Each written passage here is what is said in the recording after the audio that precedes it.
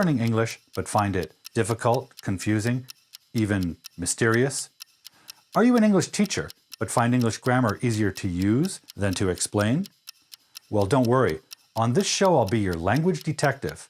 I'll answer your questions about the English language and help you solve these English mysteries. It's Hard-Boiled English Live.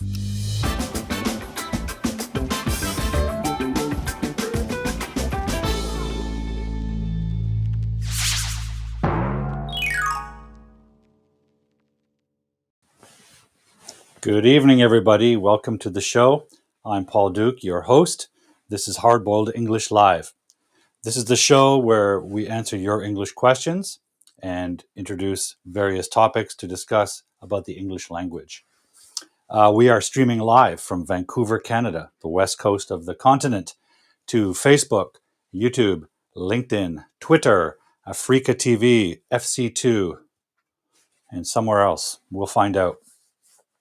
The format of this show is simple. You ask me questions and I give you answers.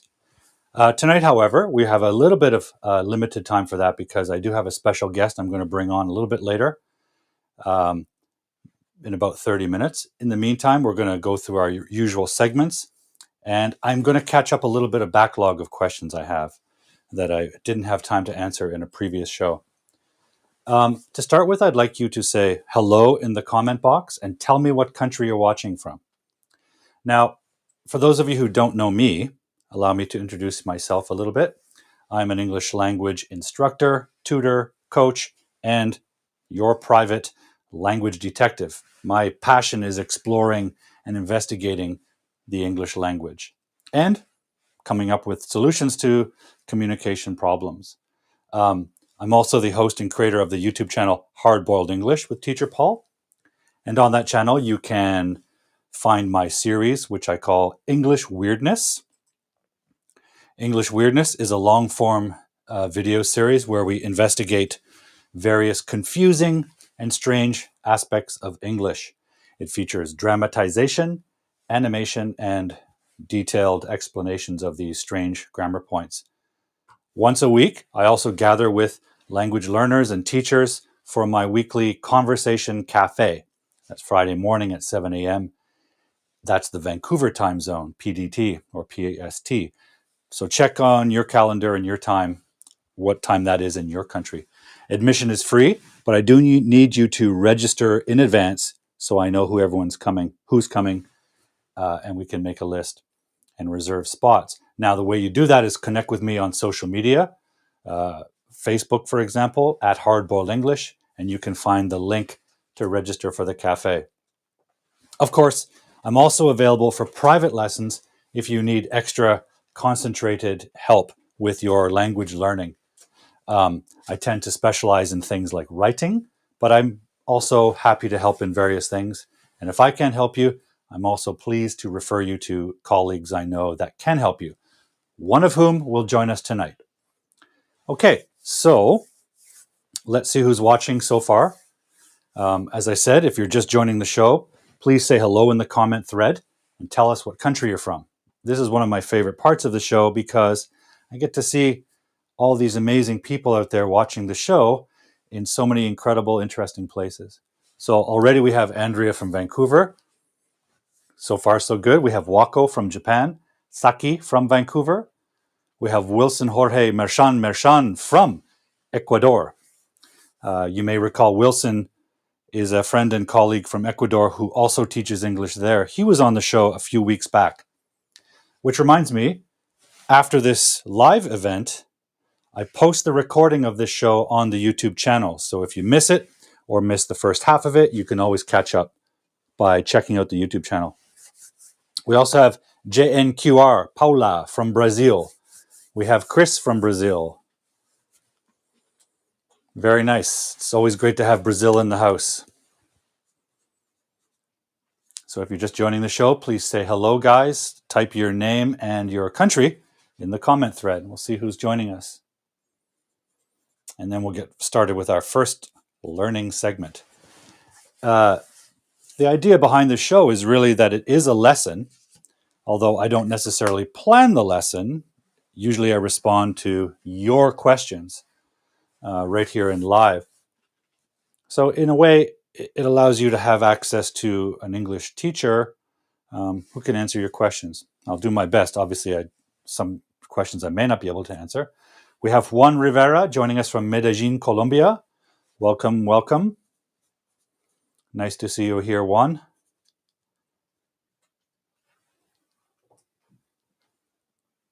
Who else is joining us? We have Roni from Bangladesh.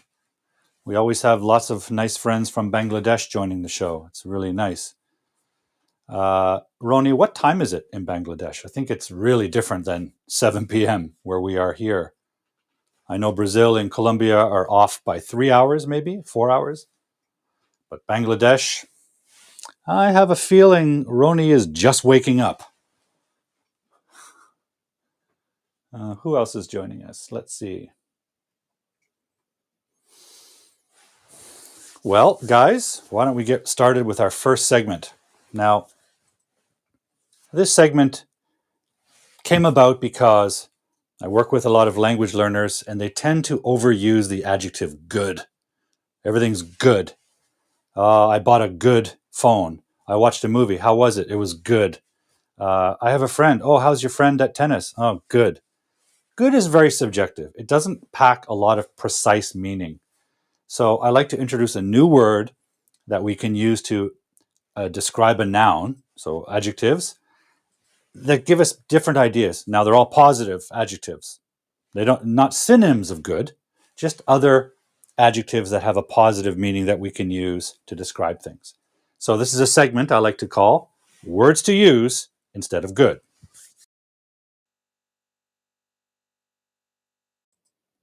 Okay, and tonight's word of the day is joyful. Now, this word has significance tonight, and you'll see why a little bit later. But I want to introduce this word to you. You may or may not have seen this word before.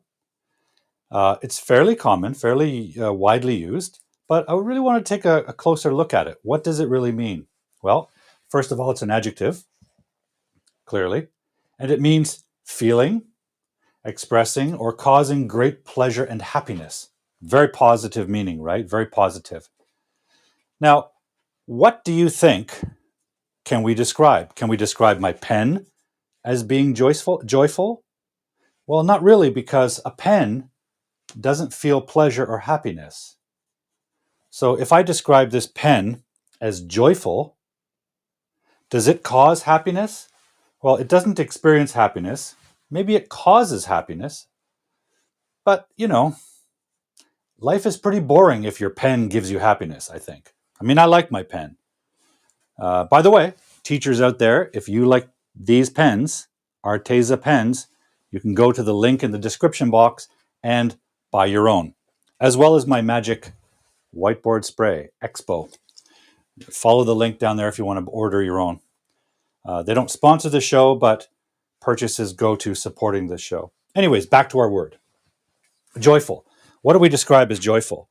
Well, it has to cause me happiness. So maybe something like, I heard joyful music, right? I heard joyful music. Joyful is describing the music. Or we could say, the movie was joyful.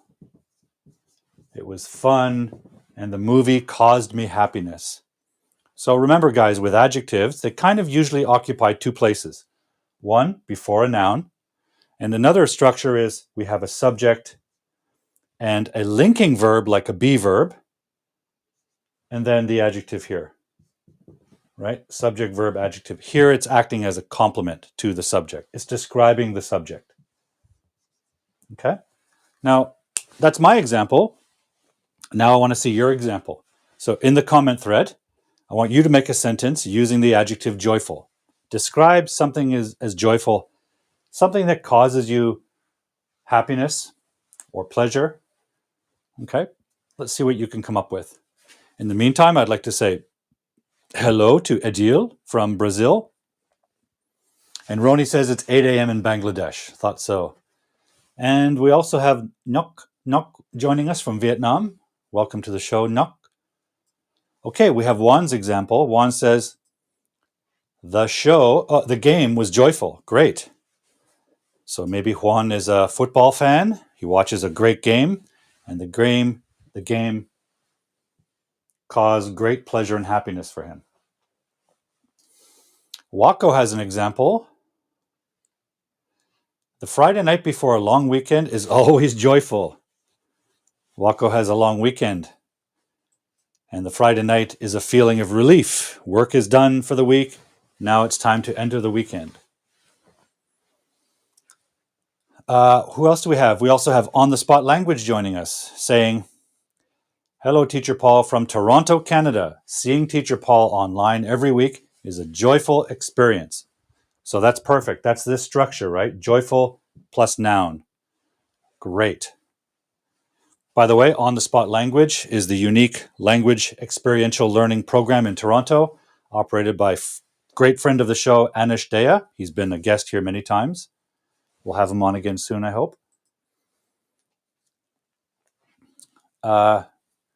Maria Cristina, my friend Chris, she says, children are joyful. That's why I like to teach them. Wonderful. Chris is a wonderful teacher in Brazil. She's using this structure with a complement. Children are joyful. Excellent. Andrea says, LOL, I love these sentences. It's joyful. Indeed it is. Okay, we have Wilson. Wilson says, I feel very joyful from your teaching, Teacher Paul. Great. And by the way, his structure is this structure because feel, a few episodes back we talked about this, feel is a verb. It's not really an action. It operates the way the be verb does. It's a linking verb. So you can say, I feel plus adjective. Subject, feel plus adjective. I feel sick. I feel happy. Okay, feel is a very interesting verb. It's in the category of what we call copula verbs, linking verbs. So they can link a complement. Action verbs like throw, you can't link an adjective. You can't say, I throw good. People say that, but it's not really accurate. You need to link an object. I throw the pen, or I throw the ball, right? But feel is a verb that you can connect an adjective to. So well done, Wilson. Saki has a nice one. She says, I was joyful when I completed the full marathon. I didn't know you did that. That's fantastic. Congratulations. You must be very healthy. Okay. Who else do we have here? Did I miss anyone?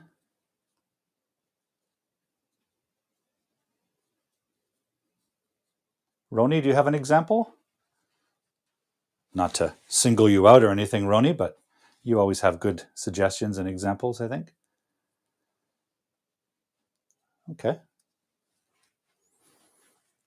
Guys, if you're just joining the show now, please say hello in the comment box and tell us what country you're in. Saki, what marathon did you run? Did you run a marathon in Japan or did you run a marathon in Canada? Where did you run this marathon?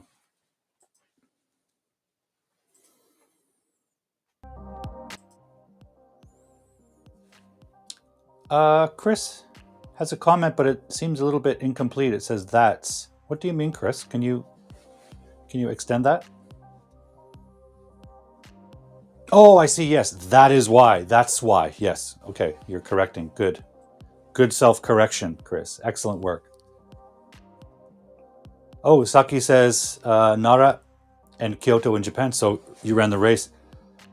I gotta say, if you ran those races in the summer, that's a huge achievement because I know from my own experience, especially Kyoto and Nara, very hot and humid in the summer. So that must be a very challenging marathon to run. Andrew is here. Andrew Xu from Taiwan. Welcome to the show, Andrew. Great to see you back here. Hopefully you're doing well and taking care. Great to see you with us again. Andrew was on our very first show more than a year ago. So great to see you back here, Andrew. Okay, guys, so those sentences, they were excellent. They were joyful. They caused me a lot of happiness. I'm going to clear the board, and then we're going to move on and let me answer one of the questions I've already got. Our time is limited because I have a guest coming on, so I'm going to go quickly through some of these questions. So the first one we have, let's have a look. Oh, we have Mai Fujita meeting us now. Hello, Teachers Duke. Being with my family during Thanksgiving makes me feel joyful. That's wonderful. Oh yeah, I forgot all about that. It's Thanksgiving weekend in Canada. That's a fun holiday. Everyone gets together with their families and eats food. Often it's turkey. It's a chance to celebrate the harvest season and eat autumn vegetables and eat turkey. I like turkey actually, but this Thanksgiving, I'm not going to have turkey. Instead, friends of mine and I and my wife, we're going to go for Indian food. Food from India. Okay, let's clear this out. And let's look at our first question. Oh, we also have joining us Korokuri Aohina. Wow. Welcome. I'm not sure we've met before. My friend sometimes gives a joyful laugh. Very good. Nice sentence. Nice sentence. Excellent work, guys. Top shelf. Okay, let's go to our first question. Where is it now? Gerund as a subject. Let's go to the next one after that. Hyphens and dashes. Let's go with that one. This has been outstanding for a couple of weeks now. One of our viewers 2 weeks ago asked this question. What's the difference between hyphens and dashes? Let's talk about hyphens first. Hyphens have a very important role in English, and you see them often. Now, we know one way to use them is at the end of a sentence, if there's no more room and the word is not complete, you might cut the word at its syllable and start on the next line, right? Like, let's say the word hidden. You might do this. Hidden, blah, blah, blah, and then continue your next line. That's the most common hyphen usage that we see, and maybe beginners are taught. But I want to talk about something more complicated and actually more common. And this is for multi-word adjectives. So there's basically three ways to structure this. One is with adverbs plus past participles. Okay, so past participles might be like liked, right? That's the past participle form of the verb, right? Now, an adverb we might use like well. I feel well. I don't feel well, right? How did you do on the exam? I did well. This is an adverb. So let's say she is. So there's our subject, there's our verb, and now we have an adverb, and we have a past participle. So we can say, she is well liked, just like that. However, what if we want to put a noun here? And we want to describe that noun. We could say this, she is a well-liked girl. So what's happening here? She is what? A well-liked girl. Well, girl is the noun. And now, what about the girl? What kind of girl? Well, she's a liked girl. So this is an adjective describing the noun, right? But we have this that also is connected to this. She's not just a liked girl. She's a well-liked girl. A lot. People like her a lot. So this is also connecting to that and connecting to that. So what we do is we use a hyphen to connect these two.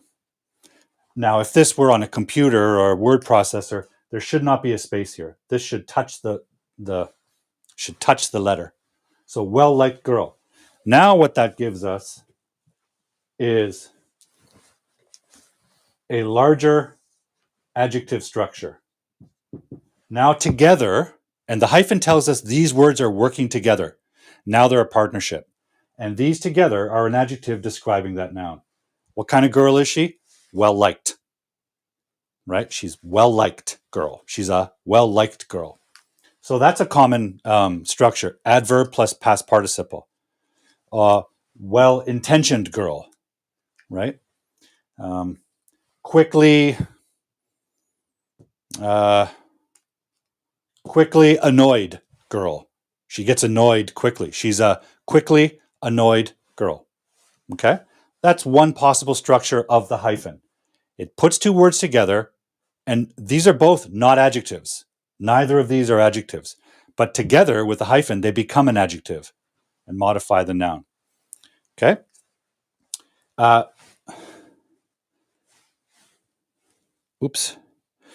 There's another structure we can use, which is noun plus past participle. So we can say something like, he is self, past participle, we often hear this, centered, put in the center, that means, right? Centered, put in the center. And self is the identity, the inner identity of a person, their feeling of self. That's a noun, right? So now we can say he is a self-centered man. That's our noun. And we need a hyphen, self-centered. Now together, this noun and this participle, and remember, these are not adjectives, but hyphenated together, they become an adjective telling us what kind of man he is. He's a self-centered man. He puts his self in the center. All he cares about is himself, right? It's a very negative description, I think. There's another way to do this, and that's with things like, what's an example? Well, we can also, you can have an adjective, one adjective, and add to it a noun to modify a noun. So we could do something like blue. He's a blue hat man, right? He is a blue, adjective, hat, man. But this adjective is not describing this noun. He's not a blue hat. The man is not, he is not a blue hat. He is a blue hat man. What kind of man? A blue hat man. He always wears a blue hat. He always buys a blue hat. He's a blue hat man. So that's an adjective plus a noun, but that adjective is not describing this. It's working together to describe that noun. So 3 different structures with the hyphen. But the question was, what's the difference between a hyphen and a dash? So have a look at this, guys, if you want to snap a screenshot or take notes or whatever you do out there in viewer land, because I will erase it. So remember the 3 structures. Adverb, past participle, hyphenated, forms an adjective. Noun plus past participle, hyphenated, forms an adjective. Adjective plus another noun, together, hyphenated, forms an adjective describing another noun. 3 different ways to hyphenate 2 words and then modify a noun. And by the way, one of the most common structures that we see like this is when we talk about age. 2-year-old boy, hyphenated, 2-year-old boy, right? So we have several words describing the boy. 2-year, right? Old boy. And you have to hyphenate those.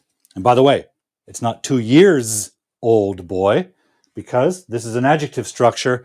Adjectives can't be plural. So 2-year-old boy. 56-year-old man. Okay? But we have to talk about this thing called the dash. So I'm going to erase this and we'll talk about the dash. And then I think we'll have to move on to our guest, which is not something to forestall. Now, a dash isn't really taught a lot to beginner students. It's sort of an advanced tool, especially for writing. Now, it's a writing form of punctuation, but it kind of mirrors something we do with speech. Have you ever asked your friend, hey, how was your weekend? And they start describing their weekend. And they start telling you a story, and then they cut off the story and jump over here. Like, how was your weekend, Paul? Oh, it was great. I watched this movie. Oh, and I forgot I didn't do my homework. Well, what about the movie?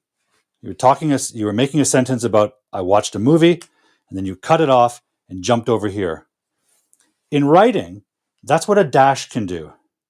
It can allow you to stop a train of thought, a flow of thought, inject another idea with even different grammar, and then return to your idea. Let me give an example. I saw a great movie. Oh, I forgot to do my homework.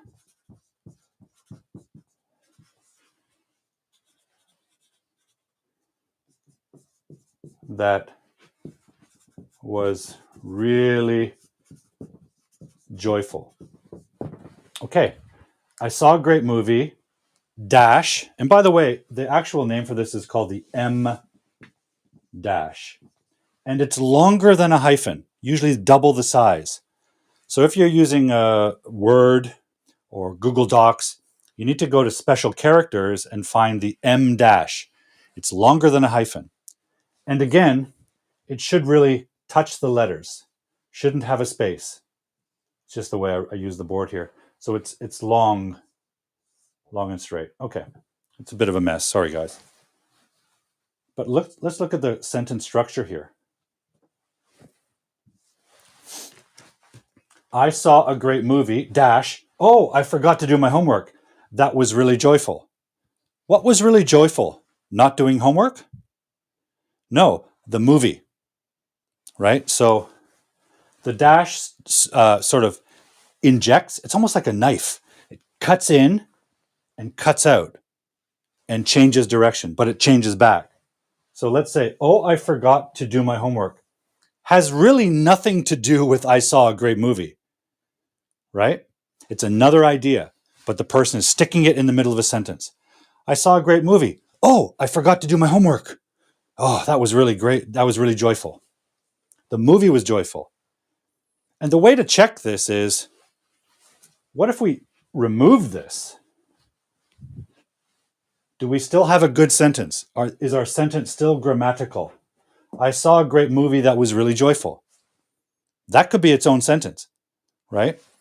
So what we're doing is we're sticking a knife in it, cracking our sentence open, putting a new idea in, and flowing. Let me show you something else you can do with this. You can even change your grammar. So here's past tense, right? I saw a great movie. I'm going to do my homework tonight. Okay? That was really joyful. So I saw a great movie on the weekend that was really joyful. That's past tense. But suddenly this idea interrupts. I'm going to do my homework tonight. That's future, right? So this form can interrupt the flow of grammar. It can interrupt the tense. So that's one way to use the M dash. Another way to do it is put an extra idea on the end. Let me show you that.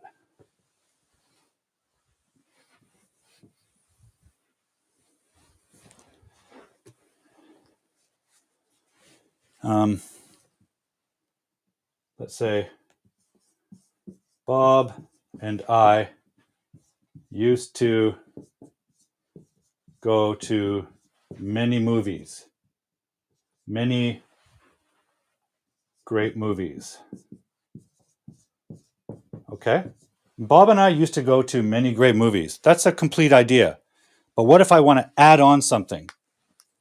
at the end. Let's say, I don't know, Avengers 11 was my favorite. I don't know how many Avengers movies there are, but they seem like a lot. So Avengers 11 was my favorite. That's a different idea, right? And you could just put a period there and have two sentences. But when you use the M dash, it's like adding another point for final emphasis, like stabbing it into this sentence. Bob and I used to go to many great movies. Oh, Avengers 11 was my favorite. So you can use it to add something on at the end. It could be a list, right? Like Bob and I used to go to many great movies. Like this doesn't have to be a sentence, doesn't have to have a subject and a verb. It could just be a list. It could be Avengers, Ghostbusters, right? And I don't know. What's a movie you've seen lately? Huh? I can't hear you. Walking Dead, Part 3. Okay.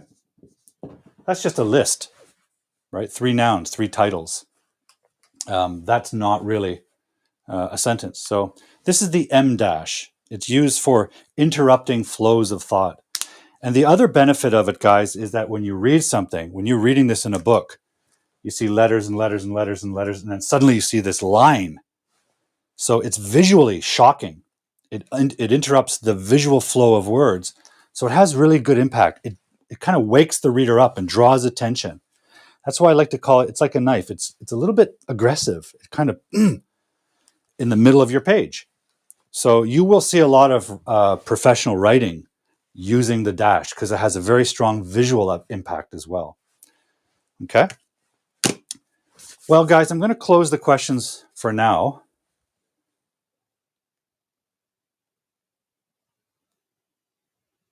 Let's put that question up, actually, Paula. That's a great question. So does it also happen with noun plus verb plus ing? Well, it does. Nerve-wracking. But remember, when you make a verb plus ing, like racking, it's no longer a verb. So this is actually nerve-wracking. That's a noun and gerund. So that's 2 nouns connected. And together, they form an adjective. So that was a nerve-wracking game, nerve-wracking movie, mind-blowing lecture. So that's 3 nouns in a row. And the first 2 are together, hyphenated, acting like an adjective. So that's totally doable.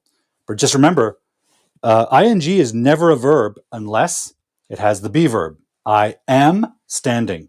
That's present progressive. You take that be verb away, and that's now a gerund. And a gerund's a noun. So use it like a noun. So yes, you can have noun plus noun.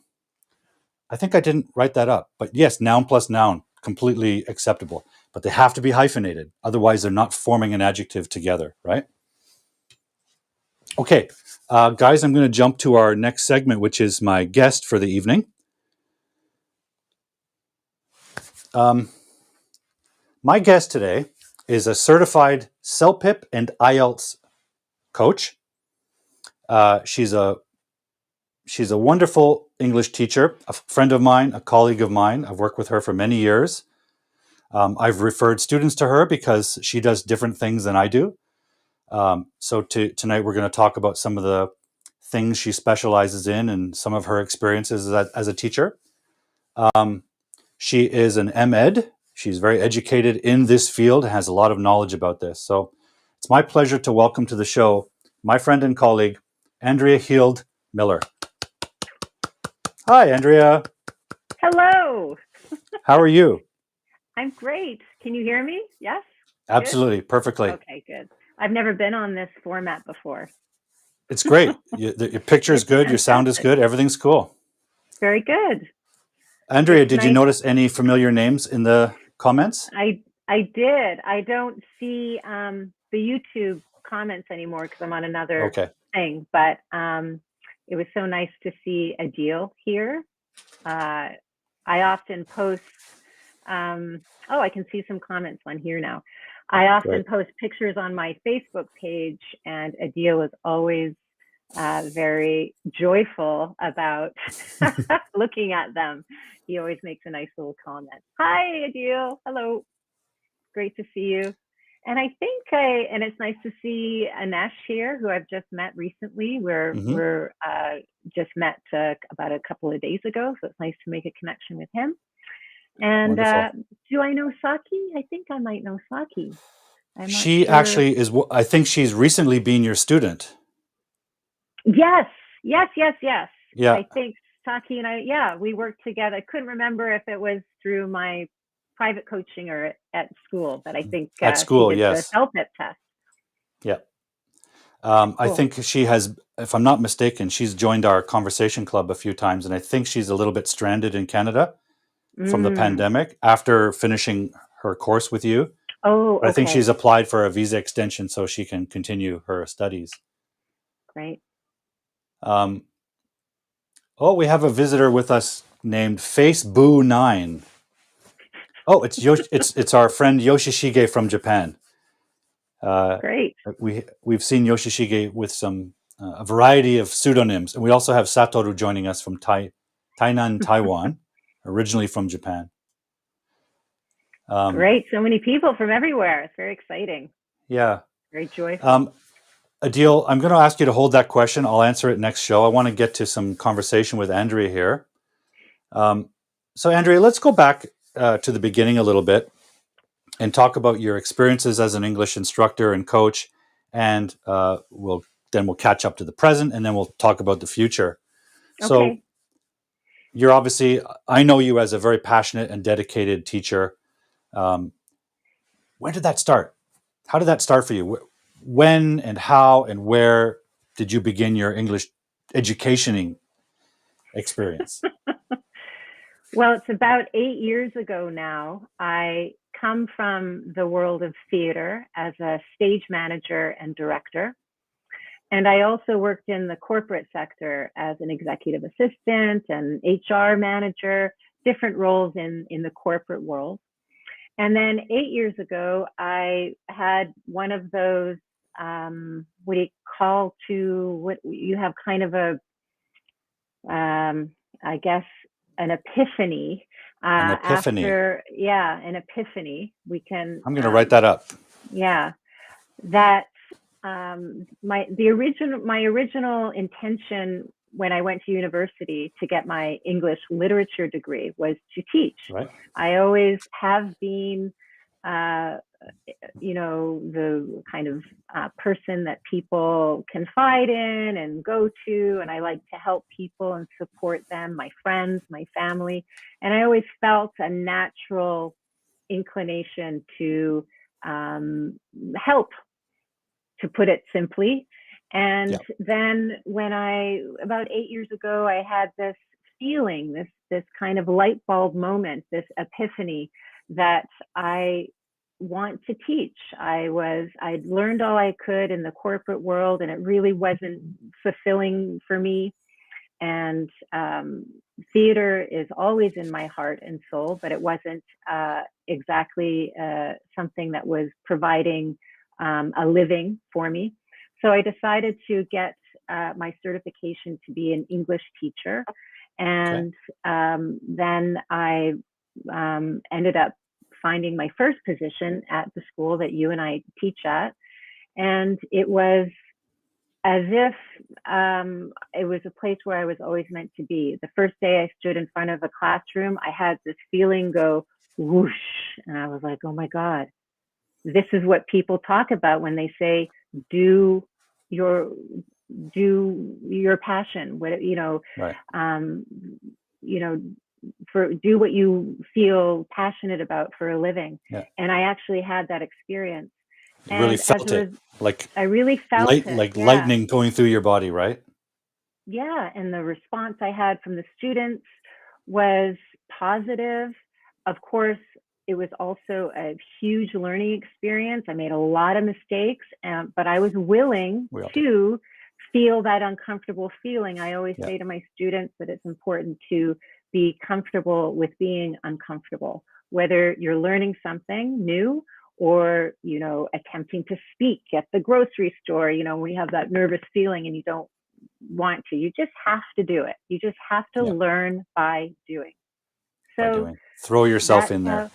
Throw yourself in. I actually saw a Will Smith video this afternoon that said, do it even if you're scared. Just do it. You just have to do it. You got to jump in and do it. And often my father always said to me, 99% of the things we worry about never happen. And it's true. Whatever you worry about is often doesn't occur. So you just have to try and go for it. So, Andrea, just pause you one moment there. I want to say hello to two people just joining us. We have Toshiyuki joining us, who seems to know you. And we have Tirath, who's a friend of the show. And Tirath is an English teacher in Nepal. Oh, wonderful. Great. So welcome, great to see welcome, other guys. teachers here. Yeah. One of the great things about this show is seeing the viewers from all over the world in different places, in different time zones, tuning in. It's quite touching. Okay, so Andrea, you found yourself in the classroom at a school, and all the stars were shooting their energy through you, and everything's felt like you're the human in Da Vinci's circle, and the stars are aligned. And well, the cliche of you never look back, right? You dove into this new profession. Mm-hmm. You found it was home for you. Mm-hmm. Let's talk about some of the challenges you experienced as an English teacher in the classroom setting. Because one thing I've noticed since working online in the past year during the pandemic, and connecting with a larger community of other teachers who are making this adjustment, there's a lot of I've seen a lot of looking back and criticizing traditional education structures and systems, the ESL industry, and I certainly have criticism of it, and have tried to make adjustments in my own classroom the way I saw fit. What were some of the things that you found in the classroom at a school that you think could be improved, or they were challenging for you or the students? What are some of the challenges or criticisms of that sort of learning? Well, the first thing that comes to mind is the academic setting that language schools tend to put language learning in.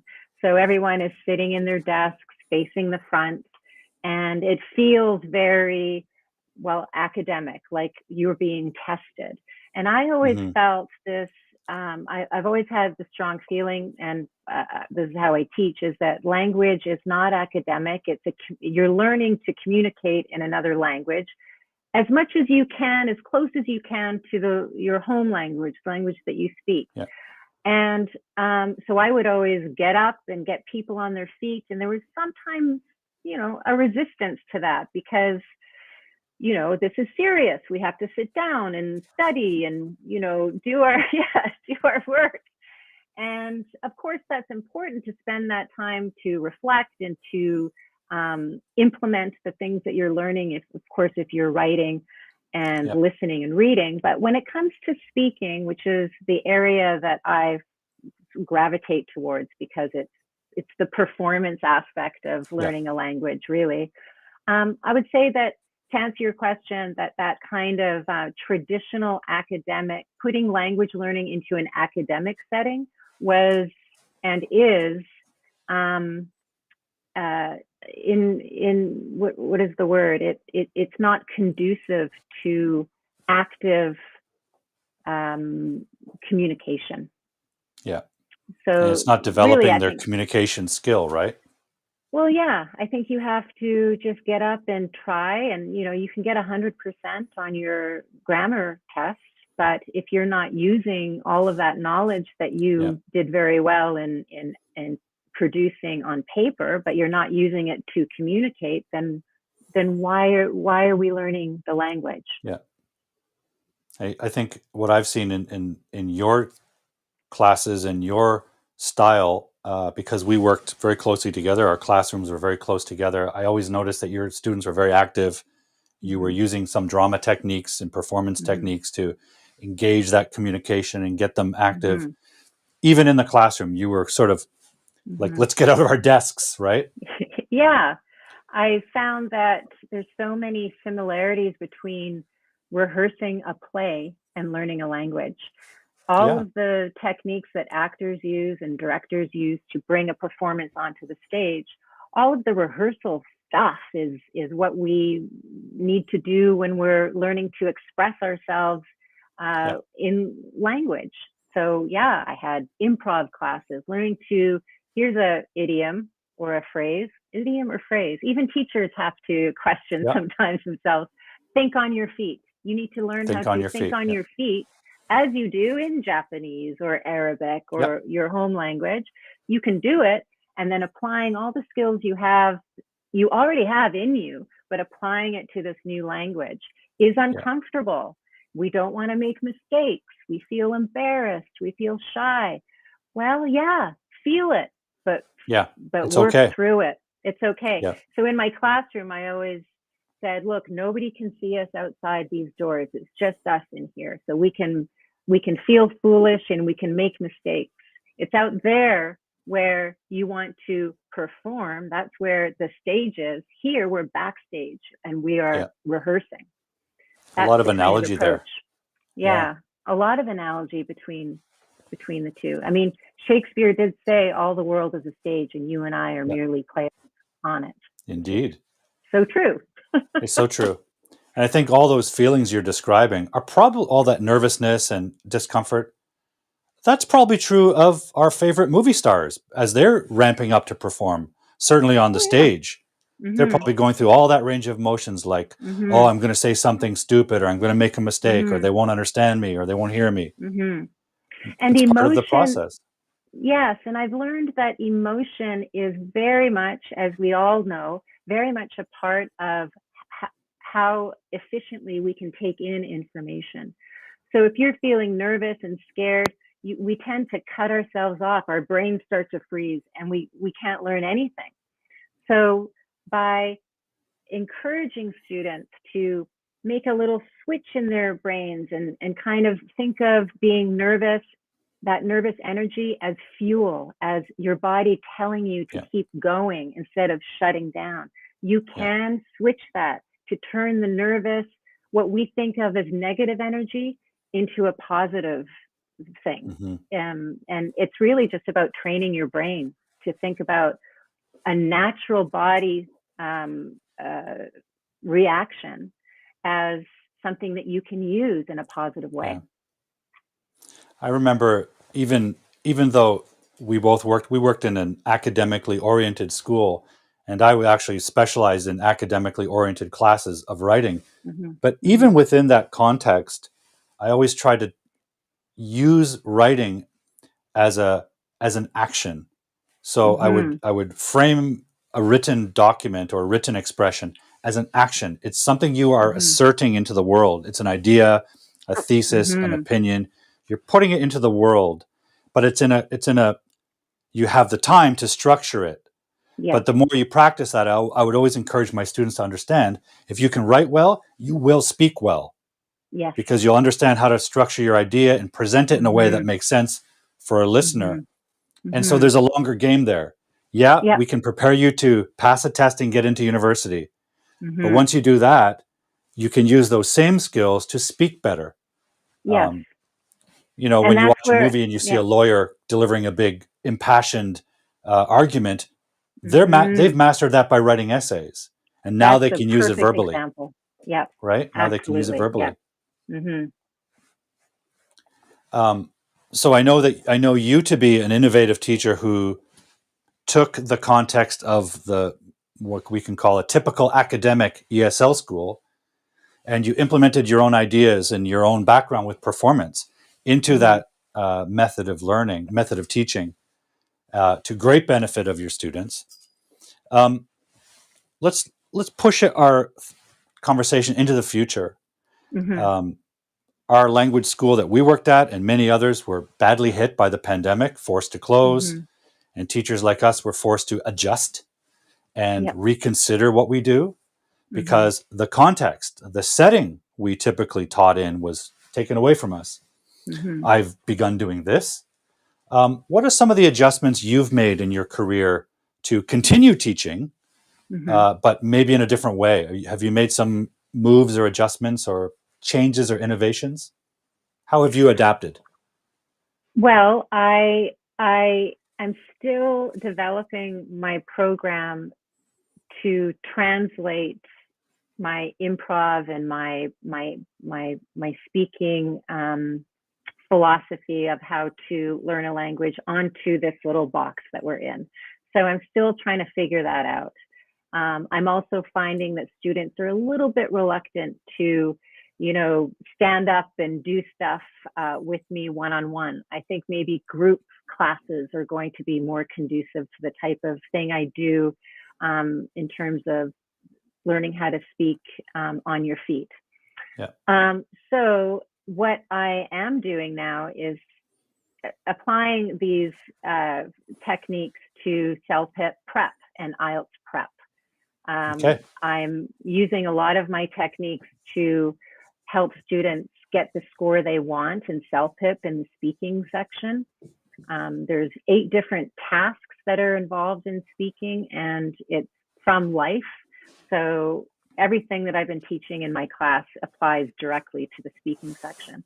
And then the listening, the reading, and the writing, I love helping students prepare for.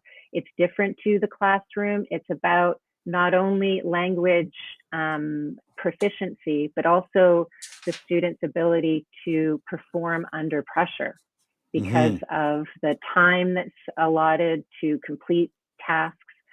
So again, my theater experience, learning to breathe, learning to use the breath to reduce anxiety, but also to bring your voice forward and to learn how your body language, even though you can't be seen in the CELPIP test, it's still important to use your body to express. Because you're going to feel it, right? You're going to feel it. It comes through your voice. The 3 people who are listening to your recordings, the evaluators, will hear that in your voice.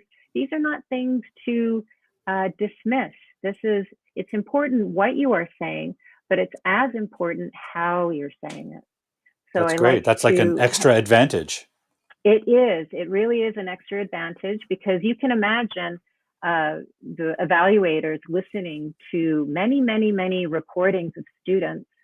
And perhaps they're getting a little bit, tired of the robot sound that some people end up doing. Yeah. And I'm not criticizing, but it becomes kind of, because we're nervous, you kind of just want to get all that information out in the 1 minute that you have. But I like to coach my students to relax and be themselves and try and acknowledge that there's a human being listening to you on the other side, and human beings like to hear enthusiasm or some kind of emotional response instead of kind of like a perfect English grammar and vocabulary.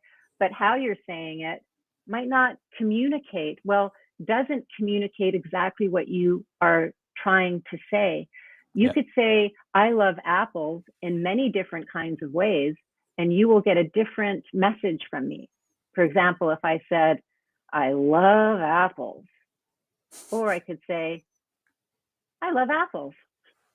Now, I've said it in 2 different ways, but you've got a different message each time. So how you say something, your intonation, your tone, influences the words that you're using. Sounds to me also a little like bit of an edge. It sounds like a test taker sometimes gets sort of lost inside themselves. And what you're describing sounds very, very much like what I hear, the advice I hear to actors. They teach the actor to, memorize the script, of course, get those words burned into your memory, and then listen to the other performer. Just pay attention to the other performer so that you'll respond naturally. But more importantly, so there's a 2-way communication. You're not just trying to remember your line and deliver it. Because if you do that, you won't even see this person. Yeah. So maybe there's some real a real similarity there. There really is. I mean, you bring up actors, film actors often have to look into the camera. There's nobody there, and they have to look at that person as if, look into the camera as if their partner, their acting partner is there. Yeah. So that's what you're doing in the CELPIP test. There's a lot of role play involved. You have to give advice to somebody and you have to talk to them like you really are concerned and care about giving them some good advice. So, those really are performative actions. It's not just a bunch of words. Very much so. Yeah. By the way, Andrea, what does CELPIP mean? For some of our viewers won't be familiar with this. What is CELPIP? Well, now you've put me on the spot. It's the Canadian English language something. Proficiency. Something. I'm so sorry. It's the Canadian English language PIP. Yeah. That's what it is. It's the Canadian English language PIP. Yeah. All of these acronyms, IELTS, the International English Language something. Yeah. So. But what is it? You can look it up. But never mind what really is this thing? So these proficiency tests are used in many universities and governments to allow people to immigrate, get their PR, their permanent residency. And there's a little bit of a difference between the two that I can explain. And also, I don't know about IELTS, but CELPIP, in addition to immigration and PR, people who don't have a university degree but are wanting to get a professional designation as an immigration officer or a real estate agent are required to take the CELPIP also. So in Canada. Canada, yeah. Even a native English language speaker is required to take the CELPIP. So the CELPIP test is developed at UBC. It's a Canadian test. Everything you hear will be Canadian accents. It will have Canadian references. So it's important to know that it's very much within the Canadian cultural context, the CELPIP test. And the IELTS test is more international. It's developed by Cambridge University in England. And there's all kinds of different accents that you'll hear in the IELTS test. Students must practice and listening to British accents, Irish accents, Australian accents, so they can understand those different English speakers from those parts of the world. So it's more of an international test, where CELPIP is purely a Canadian test. Yeah. So I've just learned from my research department, Canadian English Language Proficiency Index Program. Well, who would ever remember that? What is index? It's the Canadian English Language PIP. Yeah. It's the Canadian PIP. Yeah. Canadian PIP. Yeah. Andrea, we've got a question here directed at you from On the Spot Language, our friend Anish. He says, Andrea, what are some theater exercises or tips you have that we teachers can use to help our students get out of their comfort zone? Are there some techniques that we can use? Well, there's so many, and there's so many that you can find in, actually, I have a very good reference to give you, and I will in a moment. But improv exercises are the best way to get students on their feet and get them getting comfortable with being uncomfortable, making mistakes, and standing up and doing a lot of different kinds of role plays. Are you wanting to? I mean, I suppose I could give an example of an improv game, like a really simple one. Could we do one together? Well, maybe. Is it possible? I'd have to think about something that I can do with two people. Can we do it with three? Oh, can we bring another person in? Does somebody out there want to join us for an improv exercise?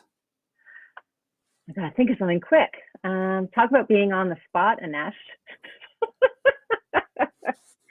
Let me just think of one here. I'd also like to say hello to Chris from Belgium and Jay from South Korea. Yeah. And Andrew. Andrew remembers you. Oh, and Muffer Dillman from Mexico Oh, has joined Muffer, us. yeah. Oh, and Andrew, yes. Hello, guys. Sorry to put you on the spot.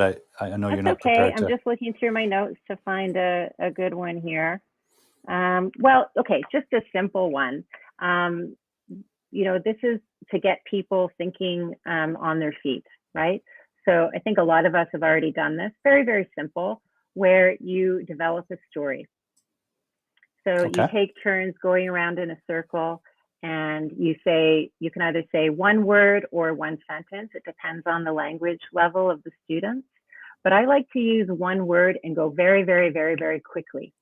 Oh, okay. And so not only are you Okay. being creative, but you are also having to think about the subject, the verb, the preposition, the right order of everything. So you and I can do a rapid story build if you want. Okay, let's do it. Let's make a story on the spot. Okay. Cats. Sorry, cats? Mm-hmm. Cats are The best pets to have when you cats when you are sad. Faster. but When you go. happy. When you go happy, we have to start again. Oh, See, really? this is it. Yeah. So once it tanks, you got to go back to the beginning and remember Wonderful. what you said. Yeah. Oh, really? And start. Oh, that's Yes. crazy. Yeah. Teacher, difficult. That's just a very, very simple one. There's lots more that we can, But that's improvisation. Nothing planned. We have to react planned. on the spot. Mm-hmm. That's lovely. And yeah, it does feel a little bit stressful, a little bit nerve-wracking, to use Paula's example. But it's okay. Nothing It's bad's totally going to happen. okay. We're creating a story. Yeah.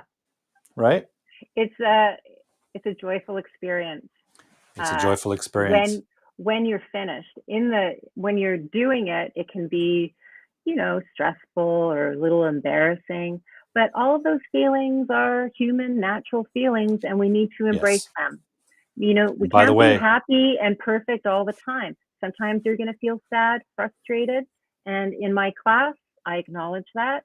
I acknowledge it in myself. I acknowledge it in my students. We work through those feelings, accept them, and work through them. Don't resist it. What resists persists. Yeah, you have to just go with whatever's happening inside of you and make it work for you. And by the way, being embarrassed is totally natural. We need to. It's good to get used to that because it's going to happen to us all. Might as well learn to be okay with it. Yeah, right? I was a little embarrassed that I couldn't think of a better improv game, but that was actually okay. It wasn't too bad. That's okay. You're okay. What else can we talk about here, Andrea? How's our time? We've got some time. We can go a few more minutes. My engineer's getting eager to wrap up, but that's okay. Our camera tends to melt after an hour. Oh, okay. Yep. Go ahead. So we're looking forward. We're adjusting. We're making some changes. We're doing our share to push the industry forward in new directions. What are some of the challenges you see ahead for us as English educators? What are some of the challenges for us and for students in the future? What do you think? Well, maybe adjusting to the online format, which I think is not going away. I think this is how people are going to start learning, because they'll realize not only is it economically more affordable for most people, but also convenient, of course. But I think as we get used to this kind of format, it'll be challenging in terms of getting used to just the technology of it. But I don't think it's going to take us that long to adjust. I can't really even see too many downsides to it when I compare it to how the classroom is now, because we all have to wear masks in the classroom now.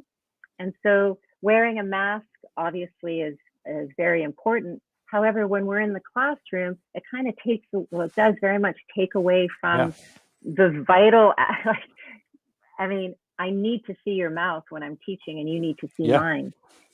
So that's what would why this be like? I'm enjoying. Hi, everybody. Welcome to the show, Andrea. You can't see my lips move, and that's a part of communication. Yeah. You can't see my half of my face. That's how I was teaching a couple of months ago, and I am going back to do it part-time, and I will have to wear a mask. And I honestly, if I saw one of my students on the street, I wouldn't recognize them because I actually don't know what they look like, which is very weird. Wow. Yeah. That really does. Away that connection that we all have, you know, the ideals and the Sakis and all of the people, all those wonderful students I've had in the past. We've had a wonderful time together. Imagine just if we'd never actually seen each other's faces completely. So that's one thing. I mean, it's obviously it's doable. People are enjoying, they're getting something out of the classroom experience. But I think having this option is the sort of antidote to not being able to see people and share expression. Yeah, so that's clearly a challenge for both teachers and the learners, right? And the inability to travel maybe as freely as we did in the past. I have a question here from Wilson for you, Andrea. It says, how do you start teaching English, teacher Andrea? You might start introducing the new vocabulary. So, Wilson, if I'm not mistaken, do you mean like how do you start the class? How do you start your class, Andrea? Oh, I usually start my class with some kind of activity that gets students on their feet, moving their bodies, and acknowledging the breath, the body, the mouth, the teeth, the eyes are all your tool. It's all working together to communicate. I like to help students understand, or not understand, they know this, everybody knows this, but to remind them that your body is your tool for communication, not just your brain, but also everything is connected. So we get up on our feet, we remind ourselves about breath, we remind ourselves about body, about gesture, about tone, and then get into the lesson. It's a good question, Wilson. Thank you. Well, my favorite warm-up exercise is really one that really gets students juggling their brains is something called zip, zap, whoosh, boing. Zip, zap, whoosh, boing? Zip, zap, zip, whoosh, zap, boing. Whoosh, boing. Wow. So you have a ball of energy. Just holding this energy, and you're whipping it around in a circle of students. And so you're going zip, zip, zip, zip, zip, zip, zip. And then to go the other way is zap, zap, zap, zap, zap. Boing is when you can change the direction, and whoosh is when you can move the energy to someone across, the other side. So students love this. It gets everybody on their feet. It's just gets everybody excited about movement, but also reminding them about the control that they have also of themselves and how they can direct conversation. So you do have, I like to remind my students that you do have control. It's your English. It's yours. It's not in control of you. You are in control of it. And that's great. That helps. It helps to empower the student, help build confidence. And these simple little warm-up exercises might seem silly at the beginning, but actually they're very deeply meaningful in terms of allowing people to kind of just step outside of themselves. So wow, great. Very insightful. Thank you, Andrea. Let's see what else we have here. Most a pleasure. My engineer is on her break, so. Oh, okay. Tough day at the office. I might have to lean into this a little bit. I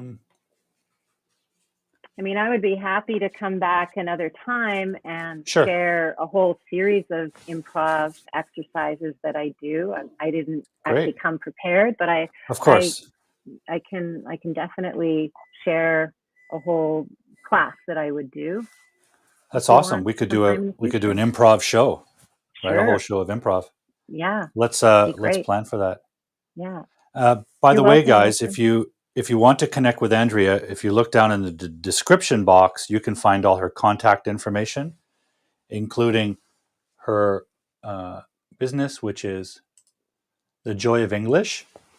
So this is the name of Andrea's coaching business. Andrea, I just want to ask you, because we have this word, joy and joyful is a theme today. Why did you choose that as the name of your coaching business? I mean, we all have different names. There's a story behind it. There's two reasons. The first reason is I love the word joy, and I feel joy when I teach, and I love to see the joy in my students when they succeed. A second reason I chose it was because when I was a kid, I would always watch a specific television show with my dad called The Joy of Painting with Bob Ross. Ah, yes, Bob Ross. And he was a wonderful, he had a wonderful voice, a wonderful presence. He is really kind of an example of calm, sober teaching that is a little bit less animated than I am, but I really admired the way he encouraged learning by doing. Just paint, just get out there and do it. Just do it. So, and anytime you jump into something scared, like my dad said, 99% of things you worry about never happen. And it ends up being a joyful experience in the end, because you're so glad that you did it. And after you've done something scary or nerve-wracking or that causes you after you've done it, well, you have the joy of accomplishment. You've actually done something really special because you overcame a challenge. Like the first time Saki ran a marathon. Sure, she was really terrified, but now she can say she did it. And it's in the past, and that empowers you, because now you know you have real confidence. You can say, I can do it, because you have evidence that you can do it. You've done it. Absolutely. And that happens when you overcome and push through those fears and worries, right? And if people want you to succeed, I guess when we're in test environments, you feel like people are going, show me. But really, in language class, we are saying, show me, like lifting you, like jump in, experiment, try. You won't be disappointed. It's always going to be something that you'll be proud of yourself for doing. So that's why I chose joy in the name of my business. That's awesome. You mentioned tests too. I think tests can be looked at two different ways, whether it's a proficiency exam, or let's say you have a class and your students are doing presentations, or in my case, writing an essay. I try to frame it like this, like I'm not looking for errors because I want to count the number of errors you made and hold that against you and say, you have 20 errors, you're bad. She has 10 errors and she's good. I focus on, what have you done well? What have you done extraordinary? What have you done exceptional? Let's take that, focus on that, and build on that. Forget about the errors. That's just adjustments. That's like putting air in your tire. Can't ride the bike. I don't have enough air. But the fact that you rode your bike 20 kilometers, let's focus on that and build that and get you to 25 kilometers. So I think there's too much focus and too much fear of the error in any kind of proficiency-oriented environment. Students are worried about the mistakes they make, rather than saying, okay, here's a test. I have to write an essay, or I have to answer questions. This is a chance for me to show my teacher what I can do. This is my chance to show the world what I can do. It's not a chance for me to feel like the test is attacking me. Right. It's my chance to attack the test. Right. That's right. Yep. But that's how it's a question of how you frame it for the student. Mm-hmm. Yeah. Frame it as a positive experience Mm-hmm. rather than like as a teacher, you and I are like-minded this way. We don't go in there wanting someone to fail. Yeah. We want to do everything we can to help them succeed and focus on that. But I think a lot of learners are worried about failing so much that it may end up causing it.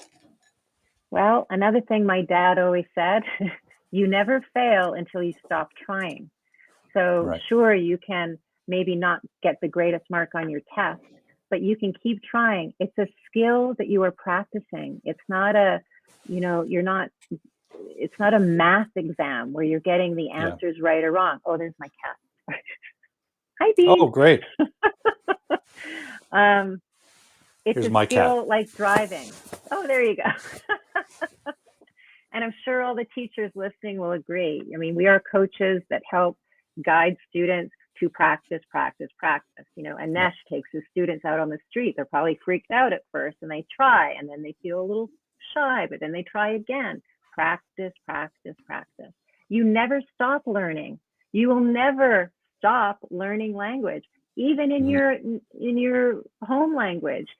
I mean, I'm fascinated by vocabulary, etymologies. I'm always learning new words. I'm always all the time. So it never ends. Oh, what's your cat's name? I don't have a name, but I think I have one. I think I'm going to call this cat Joy in honor of your visit to the show. This is my cat Joy. I'm honored. That's wonderful. Andrea, I'd like to say hello to Karen joining us. Karen is in the U.S. She's another wonderful educator and coach. Hi, Karen. And I wonder if she has a cat. Guys, if you have a cat, if you have a pet cat, I want you to say yes in the comment box. Hi, Beanie. What's your cat's name, Andrea? That's Bean, Jelly Bean.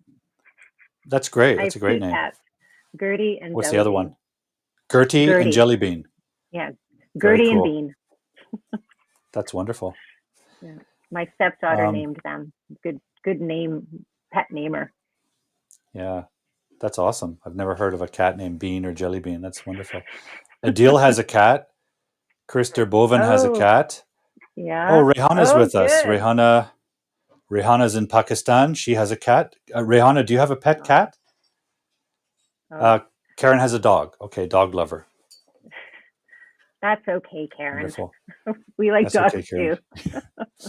You're still okay, Karen, even though you have dogs. That's great.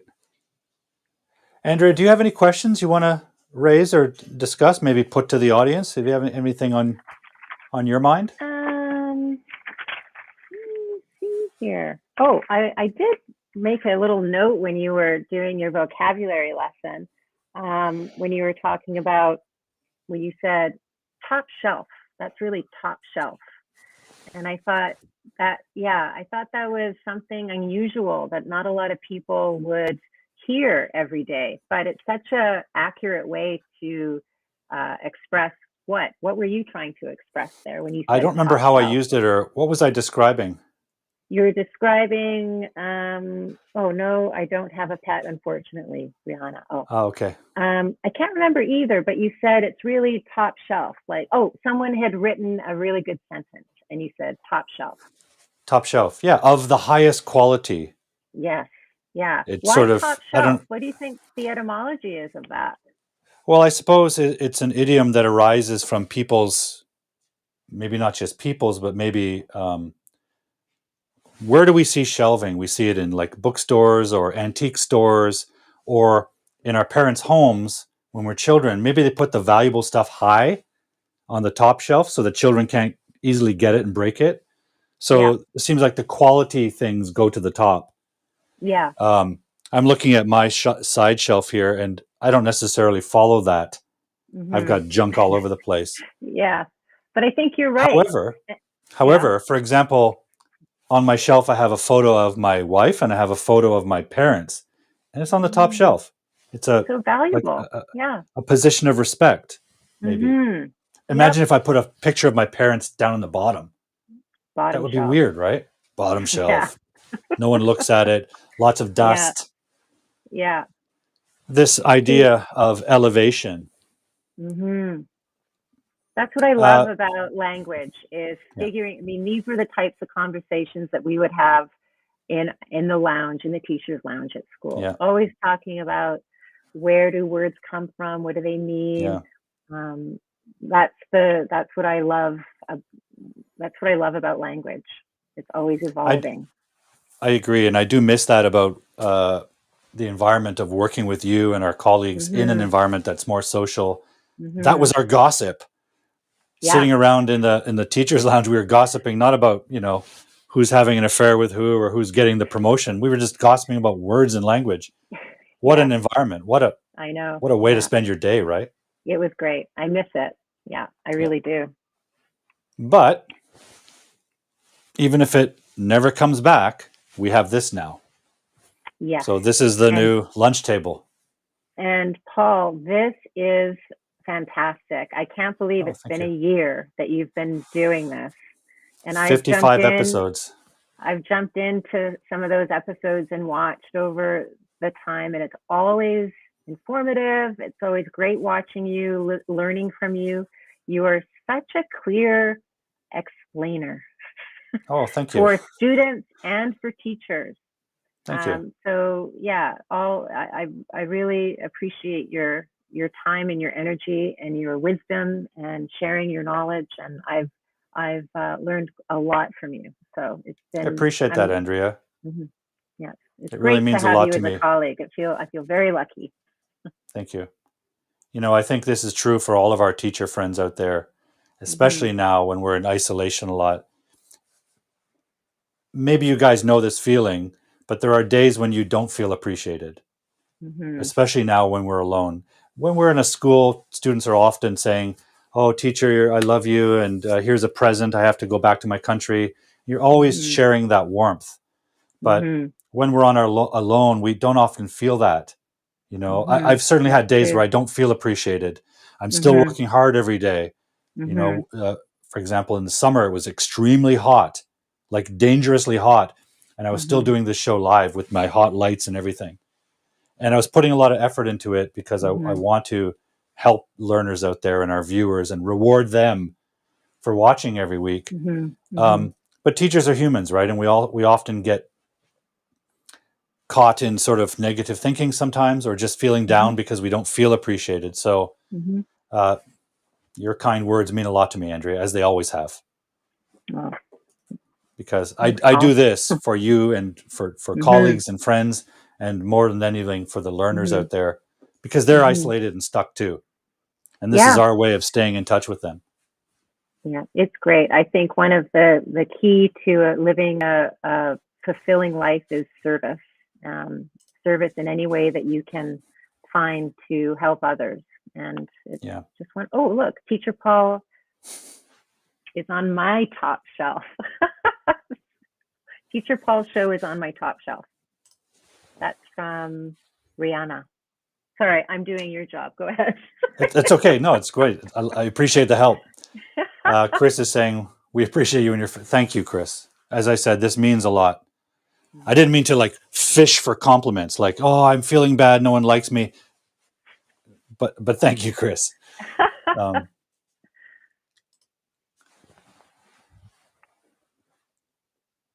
Yeah, great. Well, that's an example of, feeling uncomfortable, but keep on going. Yeah. Live through the uncomfortable, negative emotions and feelings. You just keep going and you will get to the other side more quickly than you would by stopping and allowing it to stop you. I mean, this is all stuff we know, but I think it's stuff that we need to be reminded of from time to time. And put it into practice so that we can forget ourselves. One thing I've noticed, students and learners and viewers may not see this, but there's a lot of times when I feel uncomfortable. I'm live every week here. If you gave me the chance to do anything in the world at any time, maybe this isn't what I would choose to do. So I have discomfort and I get nervous before the show. But I do it anyway. And one of the things that helps me is to look into the camera and imagine my viewers and friends out there, or to have a guest like you to to focus on, and I forget myself. Yes. Right. Just like I'm not in the looking at classroom. totally. Yeah. You just forget yourself and focus on someone Yeah. else. Yeah. In that sense, it seems like it's really like performance, really like dramatic work. Well, service will always get you out of trouble. Like if you're feeling like terrible, then do something for someone else because you'll immediately forget about yourself. It's so true. We have a question, Andrea, and we will wrap up in a few moments, but this is from Rehana. Rehana is a nice young learner from Pakistan, and she's involved in a very powerful movement in Pakistan that's empowering young people. She actually interviewed me on a live show a few months ago. Talk about doing bold things. She approached a total stranger on the other side of the world and asked me to be on her show, and I agreed to. And we had a lovely conversation. She's doing great things in her country to elevate the youth with digital literacy. So she's asking you where you're from. I'm from Vancouver. I'm the oldest of 3 children that my parents had when they immigrated to Canada from England. My dad is from Liverpool. Any Liverpool fans out there, you'll never walk alone. And my mother is from Durham, England. So they immigrated in the 60s and then they had us. So we're first generation Canadians here in Vancouver. Yeah. So Andrea lives in the same city, Rehana, that I do. We live in the same area. Does anyone else have any questions for Andrea before we close the show? Any questions for Andrea, guys? Usually takes a moment for the comments to refresh. Whoa.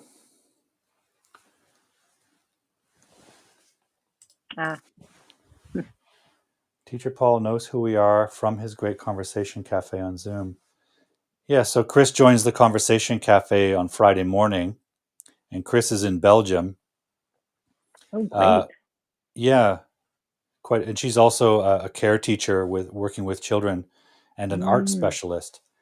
And when she joins the Zoom, my background is boring. It's just a whiteboard. But behind Chris, she's got a gorgeously decorated room full of art. It's really phenomenal.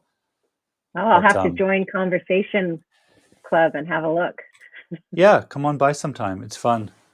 Yeah. And Aya, you've taught Aya. She's my co-host. She basically moderates the whole thing. Here's a good question from Rihanna. Any phrase we can use to welcome our guest other than "Welcome, Andrea"? For example, when you join my show, like, is there something else I can say?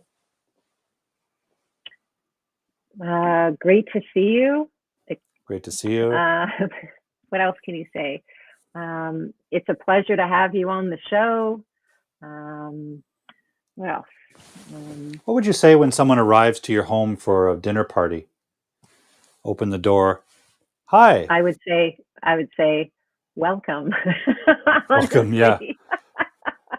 I think this is an interesting point. It is. I work with students that are always trying to find synonyms or to have variety. Well, but some words are useful. It's okay to use them often. Absolutely. Yeah. Here's one from Karen. Hey, what's up, Andrea? What's up? Yeah, that's a good one. What's up? All right. Now, this is not formal. This is casual. It's friendly, but it's very warm and friendly. Hey, what's up? What's happening? Right? Here's a question from Angel. Angel is from Mexico. He says, what's your favorite place in Vancouver and why? So you grew up here, so you know this place more than I do. What's your favorite place, Andrea? My favorite place is, well, generally outside, but more specifically, there's a place called Jericho Beach in Vancouver, and it has the water, a view of the mountains, and a view of downtown Vancouver. It's a beautiful vista at 6 o'clock or 5 or 6 o'clock in the morning in the summer when the sun is up. It is the most beautiful, peaceful time. I love walking along the beach. I walk every day and I take a picture every day. If you want to go to my Facebook page, you'll see on there. I'd be happy to friend you, and then you can see my daily pictures that I take on my walks along that very beach. And I think we have your Facebook link down below in the description box. Yep. We also have Chieko saying, "Hello, my great teacher." Is Chieko one of your students, Andrea? You know, I have so many students from the past. I feel embarrassed that I don't remember. I have to see your face. Yeah. But if it is me, then hello. We also have Satoru saying, "I often go to White Rock and had a cup of coffee at Lighthouse Coffee Shop." White Rock is nice. Yep, very nice there. I have to admit, guys, that in the morning when I check my social media, I often see Andrea's photos of Jericho Beach. And I'm familiar with Jericho Beach. I've been there many times, but it's kind of far away from where I live. So when I see those pictures every morning locked in my little office, it's very invigorating. It's very energizing for me. I really appreciate it, Andrea. That's great. I started that a year ago when I was walking to work over the bridge. So I take a bridge shot every day, and now I'm taking beach shots. Oh, you're welcome. Is it Angel or Angel? I guess in Canada we would say Angel. Angel. But he calls himself Angel when I talk to him. Oh, okay. But maybe in Spanish it would be Angel. I'll ask him next time I see him. Beginner level Spanish, so I like to practice a little bit. Wonderful. Thank you, Angel. Anyone else have a question for Andrea before we wrap up? I'm going to add a little music to our conversation, Andrea. A little background soundtrack. Is that a little jazz? What is that? Maybe kind of an electronic, very chill. Pleasant. Very pleasant. Yeah. Very calming, very spa. Yeah. Well, why don't you stay with me for one more moment while I read off the roll call for the evening? I'd love to. So at the end of every show, here we go. Both are okay. Angel or Angel. Okay, great. Good. Okay. So we're not completely mangling his name. I can be Andrea or Andrea. Andrea, wow. I like to practice. It's great. We talked a while ago about sometimes learners, when they come to a place like Canada, they want to use an English name instead of their Chinese name or their Spanish name. And I want to learn their name and say it the way you guys say it. Because, for example, I'm not going to change my name if you can't pronounce it right. And most of my students can't say my name correctly, so it doesn't hurt me. And I don't mind if you can't say my name correctly. Yeah. I mean, if we can learn names like Tchaikovsky, we can learn other names. Yeah. It's just practice. Yeah. When students say, "Oh, teacher, my name is I don't know, for example, Yukiko, but I want you to call me Bella." Why don't I just call you Yukiko? That's your name. Well, it's hard for you to pronounce. Who cares if it's hard for me to? That's my problem. Yeah, exactly. I've had students call me Po, Per. I had a student who couldn't say my name. She said Per. I'm not going to change my name to make it easy for her. She just got to keep working on it. Yeah, I agree. And as long as she gets my attention, who cares what you call me? Speaking of names, I'm going to read a list of all the people that joined us tonight and thank them. So thank you, Andrea. Thank you, Wako. Thank you, Saki. Thank you, Wilson. Thank you, Paula. Thank you, Chris. Thank you, Juan from Colombia. Roni from Bangladesh. Ejil from Brazil. Nok from Vietnam. Thank you, Andrew from Taiwan. Mai. I'm not sure where Mai is, but I think her family name was Japanese. We also had Korokuni or Korokun. We had Yoshishige from Japan. Satoru in Tainan, Taiwan, originally from Japan, who also has been to White Rock, interestingly. Toshiyuki joined us. Tireth, my friend from Nepal. We had Maffer from Mexico. We had Jay from Korea. Maffer! Yeah. We had Anish from Toronto, our friend from On the Spot Language. We had Chris from Belgium. We had Rehana from Pakistan. We had Karen from the USA. Angel from Mexico. Chieko, and I'm not sure where you're from, but it's pretty apparent you're originally from Japan. Satoru was here. Toshi! Toshiyuki. Is Toshiyuki one of your students? Yes, yes. Oh, well, thank you Very for joining recent. us, Toshiyuki. Very Toshi recent. likes my photographs as well. Very nice. Yeah. This is interesting because I don't know Toshiyuki. I didn't meet Toshiyuki. I left the school before some of these students joined, so I would have liked to meet you guys and maybe work with you. Toshi Saki, is, he's a hard worker. I think he's going to Douglas College now, if I'm not mistaken. Okay. I think so. Let me know if that's right, Toshi. But he was such a pleasure to have in the classroom. We had a lot of fun. And Toshiyuki says, I miss you, teacher Andrea. Oh, I miss you too, Toshi, but I know you're doing well. Yep, he is. Good. He's at Douglas. Cool. Great. I like your pictures too, Toshi. Karen says it's like the UN of language students. Great description. This is Thank fantastic. You, Karen. Okay, well, thank you guys, and let's give Andrea a round of applause. Andrea, I'm going to say goodbye to you. Okay. I'll catch up with you next week and have a chat. Great. Thank you for joining us. Thank you for having me. This was super fun. Loved it. It was a joyful experience. Wonderful. And don't forget, guys, connect with Andrea on social media. The links are all down in the description box. I'm pretty sure it worked. Andrea, thank you very much for joining us tonight. I hope you'll do it again, maybe for an improv session. We'll do an improv for sure. Great. Oh, we have a message from Rehana. It says, thank you. I really appreciate your hard work, Teacher Paul Duke, and also happy to see you, Andrea. Thank you, Rehana. Oh, it's very kind. It's very nice of you. Yeah. Nice to meet you. Okay, Andrea, I'm going to say goodbye. Take care. Thank you to Teacher Andrea. Bye-bye, Andrea. And thank you guys for an extra long show tonight. We had a special guest, lots to talk about. Hopefully you learned something.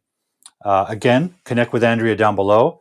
She is a certified IELTS and CELPIP trainer. So if you need help preparing for those exams, contact her and she'll help you at Joy of English. And maybe we can encourage her to come back on the show and we can do a whole show of improvisation, improv. Guys, as always, it's been a pleasure to see you here. Don't forget to go to my YouTube channel. Lots of videos there for free. Lots of information and knowledge. If you missed part of the show, you can always catch up. Don't forget to watch English Weirdness. New episode coming soon. I'm going to see you next Friday. We don't have a guest next week, so it'll be a whole show of answering your questions. We'll catch up with some of the questions I haven't answered. If I didn't answer your question today, guys, I'm sorry. I will get to them. I record them and put them down on the next show. Take care of yourselves, guys. Please stay healthy, stay strong, keep learning. Okay? And I'll see you next week. And until then, stay cool.